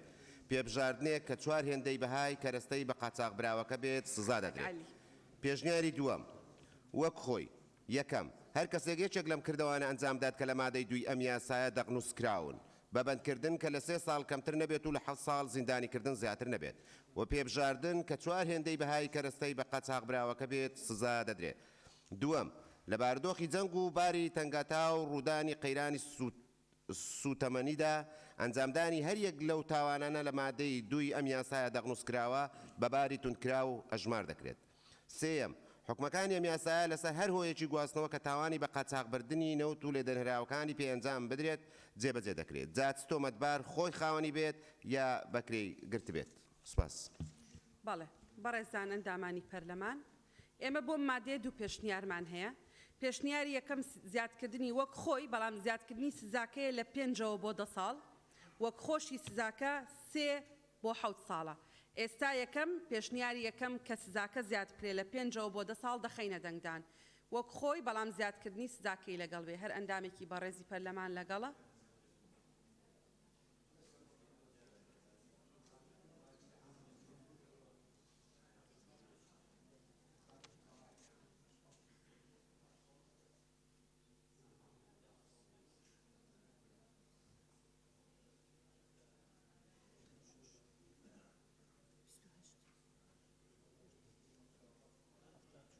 بەڵێ 74 دەنگی هێنا پێشنیاری دووەم وەک خۆی بەڵێ پێشنیاری یەکەم پەسەند کرا مادەی 5 وەک بەو شێوەیە کە لە پێشنیاری یەکەمە هاتووە دەبێتە مادەیەکی قانونی فەرمونون مادەی 6 بەڕێز سەرۆکی پەرلەمان سەبارەت بە مادەی 6 وەک خۆی هیچ پێشنیارێک نییە یەکەم هۆیەکانی گواستنەوە و کەرەستە بارکراوەکان ئەگەر ئەو کردەوانەی پێ ئەنجام درابێ کە لە مادەی دوویەم یاسایەدا دەغنووس کراون هەر کات لە ناو خاچی هەرێم بگیرێت دەستیان بەسەردا دەگیرێت دووەم هەر هۆیەکی گواستنەوە کە بە پێی حکومەکانی ئەم یاسایەت دەستی بەسەردا دەگیرێت دوای دەرچوونی حکمی بنبڕدادگا لەلایەن وەزارەتی دارایی و ئابووری بە زیادکردنی ئاشکرا بە پێی حکومەکانی یاسای فرۆشتن و بەکرێدانی مولکایەتی دەوڵەتی بەرکار لە هەرێم بارەکەیەوە دەفرۆشێت سێەم هەوڵدان و ئەو کەسولایەنانەی هاوکار بوون لە ئاشکراکردن و دەستگیرکردنی هۆیەکانی گواستنەوەی بەکارهێنرا و لە تاوانی بە قاچاقبردنی نەوت و لە دەرهێراوەکانی لە دوای فرۆشتنی هۆیەکانی گواستنەوە کە بە ڕێژەی لە 25 کۆی بڕی نرخی فرۆشراوەکە پاداش دەکرێت و بە مەرجێک لە هیچ حالەتێکدا لە 15 ملیۆن دیناری عراقی زیاتر نەبێت چوارەم ئەو بڕەپارەی دوای جێبەجێکردنی ئەم بڕگەی دووەم و سێمی ئەم مادەیە دەمێنێتەوە دەکرێت بە داهات بۆ گەنجینەی گشتی و هەرێم و دەبێتە داهاتی کۆتایی سوپاس بەڵێ زۆر سوپاس بەڕێزان مەبەستی لە بڕگەی دووەم بەو شێوەیە بە پێی حکومەکانی یاسای فرۆشتن و بەکرێدانی موڵکەکانی دەوڵەتی بەرکار لە هەرێم بە بارەکەیەوە دەفرۆشتێت بۆی لە پرۆتۆکۆڵ بێ سێمیش هەواڵدەر و ئەو کەسولایەنانە بەڕێزان هەر ئەندامێکی بەڕێزی پەرلەمان لەگەڵەوەیە کە مادەی 6 بەو شێوەیە پەسەند بکرێ کە خوێنرایەوە با بفەرمێت دەنگ بدە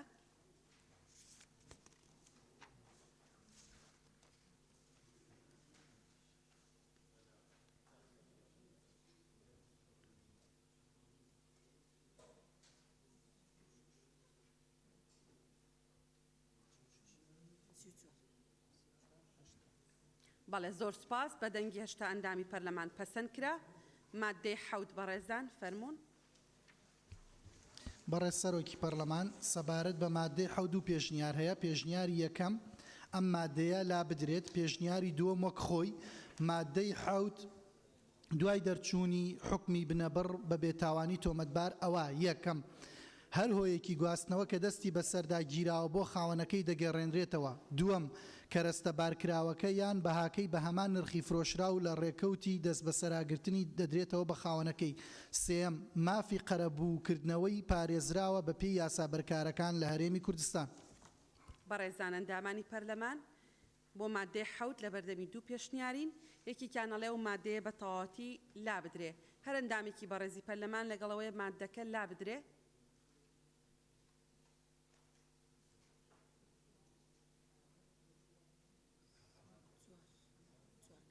بەڵێ 5 کەس بەڵێ سپاس پێشنیاری دووەم مادەکە وەک خۆی هەر ئەندامێکی بەڕێزی پەرلەمان لەگەڵەوەیە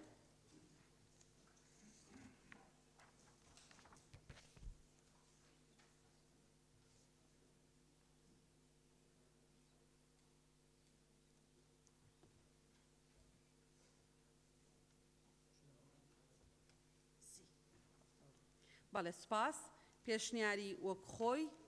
بە دەنگی 72 ئەندامی پەرلەمان پەسەند کرا مادەی 8 بەڕێز سەرۆکی پەرلەمان سەبارەت بە مادەی 8 وەک خۆی هیچ پێشنیارێک نییە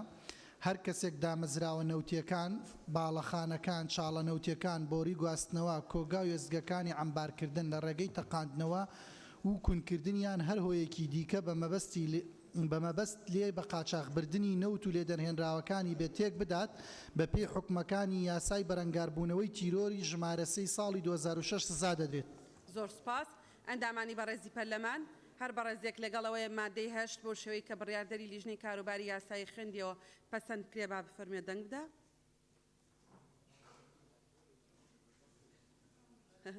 مامۆستا فەرموو.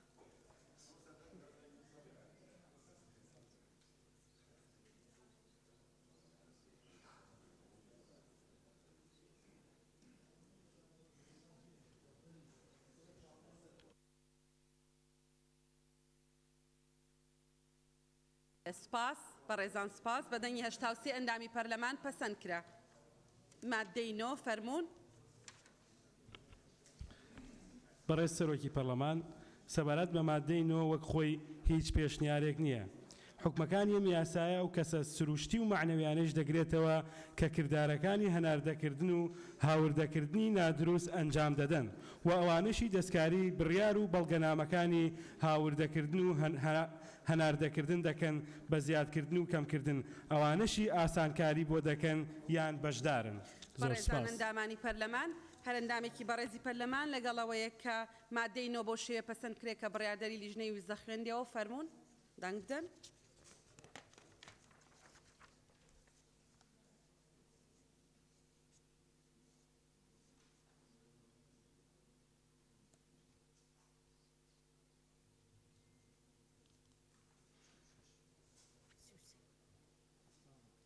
بەڵێ سپاس بەدەنگی 79 ئەندامی پەرلەمان پەسەند کرا. مادەی دە. بەڕێز سەرۆکی پەرلەمان سەبارەت بە مادەی دا وەک خۆی هیچ پێشنیارێک نییە. ڕێگە بە هیچ هۆیەکی گواستنەوە نادرێت کە نەوت و لێدەرهێنراوەکانی بار بکات تەنها بە ڕێپێدانی فەرمی وەزارەتی سامانە سروشتیەکان و بەپێی ئەو بڕوون نمونە و پێوەرانە نەبێت کە وەزارەت ئامادەیان دەکات. زۆر سپاس. بەڵێ دکتۆرە گەلاوێش نقطەی نظامی فەرموون. بەڕێز سەرۆکی پەرلەمان ئێمە لە مادەی دە پێشنیارێکمان کردبوو و بەپێی مادەی 91 سێم لە خستنە دەنگدانی ڕایەکان پێویستە و ڕای دەخرێتە دەنگدان بەلایەنی کەم سێ ئەندام پشتگیری ڕایەکە بکات جگە لەو دوو ئەندامەی بۆ ئاخاوتن دەکەونە ڕیزبەندی کۆتایی. من لەو دوو ئەندامەی بوون کە کەوتمە ڕیزبەندی کۆتایی و پێشنیارەکەشم بە نووسین دایتە لیژنەی یاسایی. سپاس. کاک بژار فەرموون. وەڵامی دکتۆرە گەلاوێش پێشەوەی بیخەینە دەنگدان. بەس جەنابی سەرۆک ببوورە داوا دەکەم دووبارە بکات ئەگەر ئەزیەت نەبێت تێ نەگەیشت. ئەڵێ پێشنیارێکم کردووە سەبارەت بە مادەیدا لەبەرەوەی دوو کەسی ئەخیر بووم پێویست ناکات کەس پشتیوانی بکە کوا پێشنیارەکەی. بەڕێز سەرۆکی پەرلەمان پێشنیارە دکتۆرە گەڵاوێژێ ئەلدەفمە هەیە بۆ بزانم نکێژیت نۆڤە پێشنیارەدایە بەحث کرد کوش داهاتێ vê naftê projeyekî xizmetguzarî edvî qalibî da behs kiriye. Wekî nûket Dîktor Kazimajî îşaret pêdayî. Ev cabe bû ka Kazimajîke bû Dîktora Gelavêjîke. Ev yasa yasaka taybet e berengaribûneweyî be qaçaxbir didî newt. Yani behsê dahat û rêxistina dahatî û çûniyetiya sarfkirina dahatê naftê naket li Kurdistanê heta em şên wê pêşniyarê bidanin. Ev e qanûneka taybet e berengaribûnewa wa tawana ev tawanêtîne encamdan qaçaxbirina naftê. بەڕێزان ئەندامانی پەرلەمان هەرەندامێکی بەڕێزی پەرلەمان لەگەڵەوەی مادەی دە پەسەند کرێ بەو شێوەی بەڕێزیان خوێندیانەوە فەرموون دەنگ بدەن.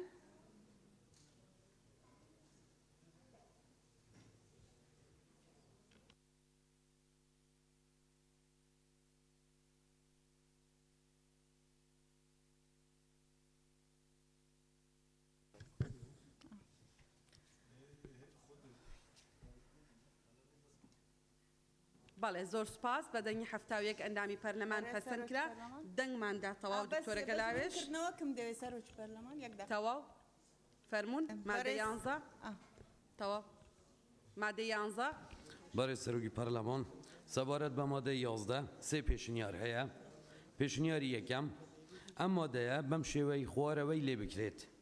وەزیری سامانە سروشتیەکان بە هەماهەنگی لەگەڵ لایەنە پەیوەندیدارەکان ڕێنمایی پێویست بۆ جێبەجێکردنی حکومەکانی ئەم یاسا دەردەکات. پێشنیاری دووەم وەزیری سامانە سروشتیەکان بە هەماهەنگی لەگەڵ وەزیرەکانی ناوخۆ و دارایی و ئابووری ڕێنمایی پێویست بۆ جێبەجێکردنی حکومەکانی ئەم یاسا دەردەکات. پێشنیاری سێەم وەک خۆی وەزیری سامانە سروشتیەکان بە هەماهەنگی لەگەڵ وەزیری دارایی و ئابووری ڕێنمایی پێویست بۆ جێبەجێکردنی حکومەکانی ئەم یاسایە دەردەکات. بەڵێ بەڕێزان ئێمە سەبارەت بە مادەی 11 سێ پێشنیارمان هەیە. پێشنیاری یەکەم دەخەینە دەنگدار هەر ئەندامێکی بەڕێزی پەرلەمانی لەگەڵە.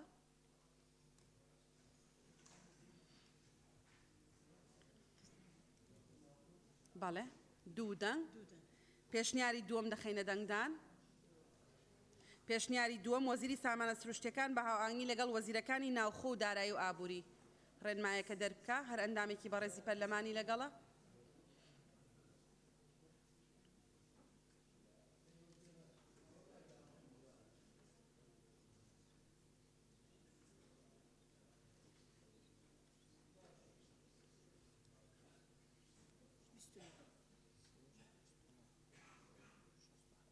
شەست و حەوت دەنگ. سێهەم وەک خۆی هەر ئەندامێکی بەڕێزی پەرلەمان لەگەڵەوەیە وەک خۆی. یەک دەنگ. پێشنیاری دووەم دوو دەنگ. بەڵێ پێشنیاری دووەم وەرگیرا و پەسەند کرا. بەڵێ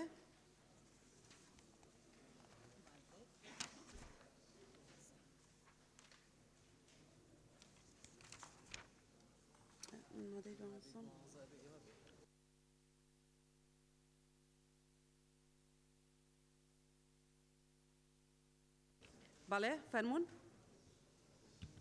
بەڕێز سەرۆکی پەرلەمان پێشنیازی لیژنەی هاوباش بەپێی ئەو دەسەڵاتەی مادەی 91 بڕگەی چوارەم لە پەیڕەوی ناوخۆی پەرلەمانی کوردستان کە بە لیژنەی یاسایی و تایبەتمەند درراوە. ئێمە لە کۆبەندی ئەو بژاردانەی پێشنیار کراون لەلایەن ئەندامانی پەرلەمان لە دانیشتنی خوێندنەوەی دووەمدا ئەم پێشنیارە دەخێنە ڕوو داوا دەکەین بخرێتە دەنگدان. پێشنیاز دەکەین مادەیەک بە زنجیرەی 12 زیاد بکرێ بۆ ئەم یاسایە بەم شێوەی خوارەوە. مادەی 12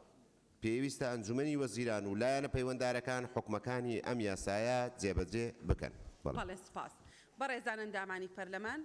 لیژنە تایبەتمەندەکان و لیژنەی یاسایی بەیەکەوە پێیان وایە کە دەبێت مادەیەک زیا بکرێ. مادەکەش بەو دەقەی کە بەڕێز جێگری سەرۆکی لیژنەی کاروباری یاسایی خوێندیەوە هەر ئەندامێکی بەڕێزی پەرلەمانی لەگەڵە با دەست بەرزکات.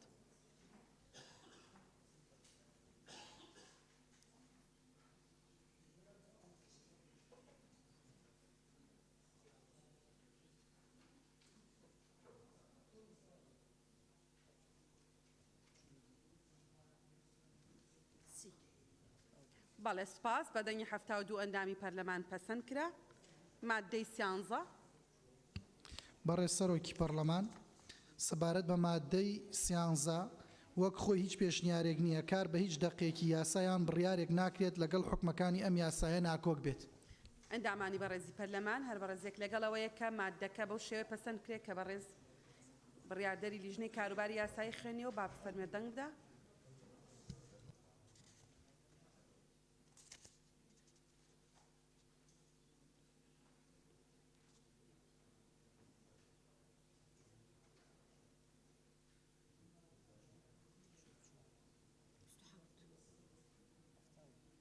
زۆر سپاس. بەدەنگی 71 ئەندامی پەرلەمان پەسەند کرا. مادەی دوای ئەوە سەبارەت بە مادەی 14 وەک خۆی هیچ پێشنیارێک نییە. مادەی 14 ئەم یاسایە لە ڕۆژی بڵاوکردنەوەی لە ڕۆژنامەی فەرمی وەقایعی کوردستان جێبەجێ دەکرێت. بەڕێزان ئەندامێکی بەڕێزی پەرلەمان لەگەڵەوەی مادەی 14 بەو شێوەیە پەسەند کرێت کە بەڕێزیان خوێندیەوە فەرمێ دەنگ بدا.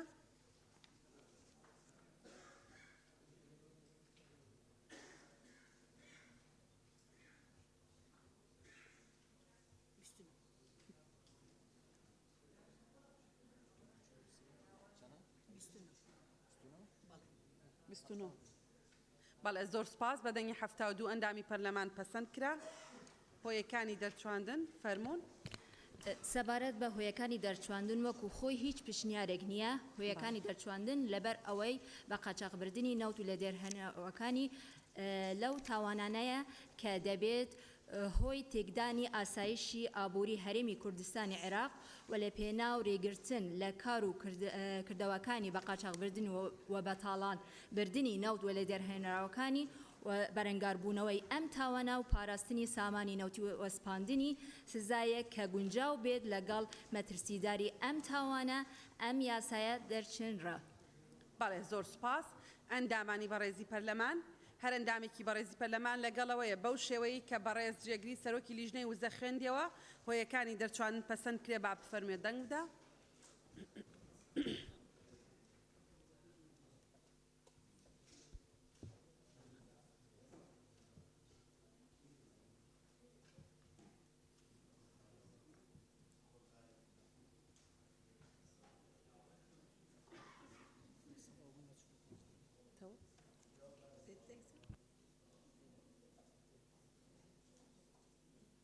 زۆر سپاس بەدەنگی 83 ئەندامی پەرلەمان پەسەند کرا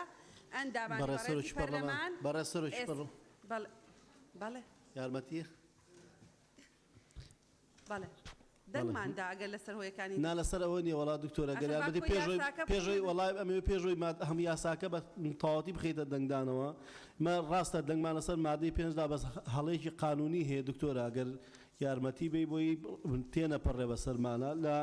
پێشنیازی یەکەم کە پەسەند کرا لە مادەی پێنج کە پێشنیازی ئێمە بوو لە خوێندنەوەی دووەم بوو بە سوپاس ئەندامانی پەرلەمان پەسەندیان کرد بەڵام خۆ دەزانی لە 6 تا 5 ساڵ بە بەندکردن لە قانون هەیە نەک بە زیندانی کردن سێ بۆ پێنج نەتەوا کاک بژار فەرمونون نەتەواوە ئەوەی دامان ناوەتەوە کاک بژار با وەڵام داتەوە بەڕێز سەرۆکی پەرلەمان پێشتر لە پێشنیاری دوامدا کە 3 ساڵ بوو ئەوە بە بەندکردن هاتووە لە 7 ساڵ دەبێتە زیندان سجنە بەڵام ئەو پێشنیارەی جەنابی کاکباڵێن بوو و ئێمە دەنگ پێمان باش وەکو لژنەی یاسایی و لژنەی تایبەتمەند کە دەنگیش لەسەرمە بدەین لێرەمان گۆڕی لە 5 ساڵ و 1 ڕۆژ حساب دەبێ سجن لەبەرەوە کردمانە زیندانی تا 10 ساڵ زۆر سپاس بەڕێزان ئەندامانی پەرلەمان ئێستا هەر ئەندامێکی بەڕێزی پەرلەمان لەگەڵ کۆی یاساکەیە با فەرمێ دەنگ بدا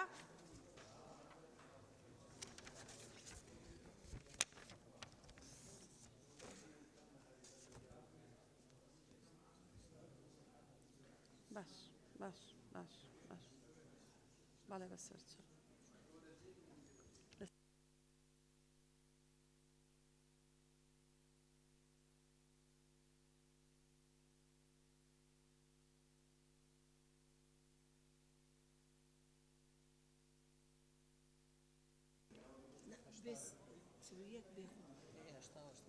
بەڵێ بەڕێزان ئەندامانی پەرلەمان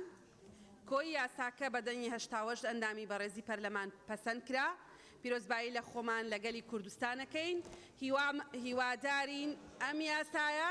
جێبەجێکردنی ئەم یاسایە ببێتە مایەی ڕێگری لە بەقاچاقبردنی نەوت لە هەرێمی کوردستان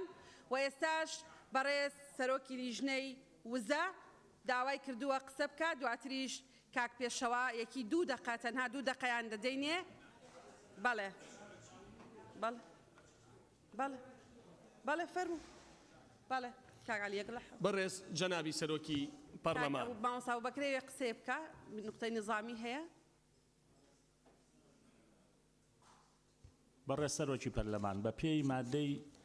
90 بڕگەی 3 لە پەڕێی ناوخۆی پەرلەمانی کوردستان لە دانیشتنی دەنگدان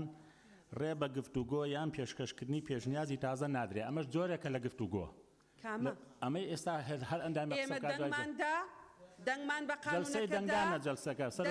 بە کۆی قانونەکەدا هیچ شتێک نەماوە بڕوا بکەن مامۆستا ئەمە پێشێلکردنی پێڕەوە بەڕێز سەرۆکی پەرلەمان چونکە جەلسەی دەنگدانە ببوورە ئەم خۆش بێ مامۆستا بووبەکر هەر ئەم پەیڕەوەی لە بەردەستی منایە احترامن بۆ ئۆپۆزیسیۆن دەیان جار دەرفەتم داوە قسە بکەن ناپەیڕەوی بووە و وتوشمە ناپەیڕەویە ئەندامی پەرلەمان هەبووە وتوێتی جا پەیڕە و چییە میلەت مهمترە یعنی پەیڕە و ڕێکخستنی نظامی قسەکردنە لە ناو هۆڵی پەرلەمانی کوردستانە لەبەرەوە هەموو جارێ ئەوەی کە بۆ خۆمانی ڕەوا دەبینین قەیچێکە سەرۆکی لیژنەی وزە ئەوێ سەبارەت بە گرنگی ئەم یاسا پەسەند کراوە 2 دقە قسە بکە با 2 دقە قسە بکە فەرمونون بەڕێز جەنابی سەرۆکی پەرلەمان ئێمە لە لیژنەی سامانە سروشتەکان زۆر بە میهەنی بەبێ چاوپۆشی لە هیچ شتێک بۆ کۆی دۆسیەکانی نەوت دۆسیەی نەوت کۆمەڵی دۆسیەی جیاوازن بەرەمهێنانە فرۆشتنە بە بازارکردنە گەڕانەوەی پارەیە شێوازی پارەکەیەتی یەکێ لە خاڵەکان بە قاچاقبردننی نەوتە ئەم پرۆژە یاسایی کە ئێستا دەنگی بۆ دراوە بۆ یەکێک لە خاڵەکانی دۆسیەی نەوتە پەیوەندی بە شەفافەتی نەوت لە سندوقی داهاتەکانی نەوتایە و ئێمە ئەمە قسەیەکی عامە بڵێ بەوردی دەستنیشانمان کردووە 475,000 بەرمیل نەوت ئەفرۆشێ ڕۆژانە داهاتی مانگانەی 720 میلیۆن دۆلارە 300 میلیۆن دۆلار ئەدرێتە دارایی 420 میلیۆن دۆلار خەرجەکانی ترە لە بۆری و لە ئەوانەی تر ئێمە ڕەخنە و تێبینی جددیمان نەبووە کۆم لیژنە لەسەر خەرجیەکانی تر و بە ڕسمی داوای دروستکردنی سندوقی داهاتی نەوتمان کردووە و باوەڕی ئێمە وایە سندوقی داهاتی نەوت شوێنی چارەسەرکردنی ئەم گرفتەیە کە پەیوەندی بە شەفافیەتی نەوتیەوە هەیە و لێرەشەوە وەکو لیژنە دیسانەوە داوا لە بەڕێستانەکەین جەختکەنەوە کتاب بنێرن بۆ ئەوەی زوو سندوقی داهاتەکانی نەوت تەفعیل بێ بە پێی سندوقەکە بزانرێ کۆی بەرهەمی نەوت چەنە کۆی خەرجیەکان چەنە نەوت بە چەندێ فرۆشرا و پارەکە چی لێ بەڵێ سپاس بەڵێ کاک پێشەوە تۆش دوو دقیقە من هەوڵەدەم زۆر بە کورتی قسە بکەم وەڵامیش نادەمەوە بەڕێز سەرۆکی پەرلەمان وەکو ئەندامی لیژنەی سامانە سروشتیەکان هەندێک پرسیارکران لەبارەی داهاتی نەوت بەڕێز سەرۆکی فراکسیۆنی نەوەی نوێ پرسیارەکانی منطقی و معقولن و حەقە خەڵک بیانزانێت نەوتی هەرێم مانگانە نزیکەی 750 میلیۆن دلار داهاتی هەبوو بەڕێز سەرۆکی پەرلەمان مانگانە 350 میلیۆن دلار لە داهاتی نەوت ڕادستی حکوومەت کرا و 400 میلیۆن دلاری بۆ قەرزی کۆمپانیەکانی نەوت و دەرهێنانی نەوت و گواستنەوەی و لەو پارەی کە لە داهاتی نەوت دەسەکەوێت دوای دەست بەکاربوونی کابینەوەی نوێ ئەم مەبلەغە مانگ بە مانگ کەم بۆتەوە بۆ 295 میلیۆن دلار واتە لە هەر مانگێک 55 میلیۆن دلار کەمتر بووە لە جاران حکوومەت مانگانە تەنها بۆ موچە پێویستی بە 757 میلیۆن دلار هەبووە لە بەغدا 452 ملیار دینار دێت کە ئەکاتە 383 میلیۆن دلار هەروەها 295 میلیۆن دلاری لە داهاتی نەوت دەسەکەوێت سەرجەمی گشتیە کاتە 678 میلیۆن دلار واتە حکوومەتی هەرێم بۆ پڕکردنەوەی موچەوە بۆ ئەو کورتیەی کە لە موچە هەیە بێت لە داهاتی ناوخۆ نزیکەی 100 میلیۆن دلار تەرخان بکات جگەلەوە بەپێی بە دوواداچوونی ئێمە زانیومانە حکوومەتی هەرێمی کوردستان داهاتی ناوخۆی بەرز کردوتەوە و بەنیازە زیاتریش بەرزی بکاتەوە بە تایبەت لە هەندێک ڕێوشوێن کە ئەگرێتە بەرکێک لەوانە وەرگرتنەوەی قەرز لەو کەسانی کە قەرزکوێرن قەرزیان وەرگرتووە لە حکوومەت تێیاندایە نزیکەی 62 میلیۆن دلار بەرەو سەر پارەی لە حکوومەت وەرگرتووە ئێستا پارەکە ناداتەوە ئەمانە هەموو هۆکارە بن بۆ بەرزکردنەوەی داهاتی حکوومەتی هەرێمی کوردستان هەندێک وردەکاری دیکەشن کاتنی ئەگینا ئەوانیش خەینەوە زۆر سپاس بۆ هەمووتان دەستان خۆش بێ دانیشتەکەمان هەڵەگرین و کاتێکی خۆش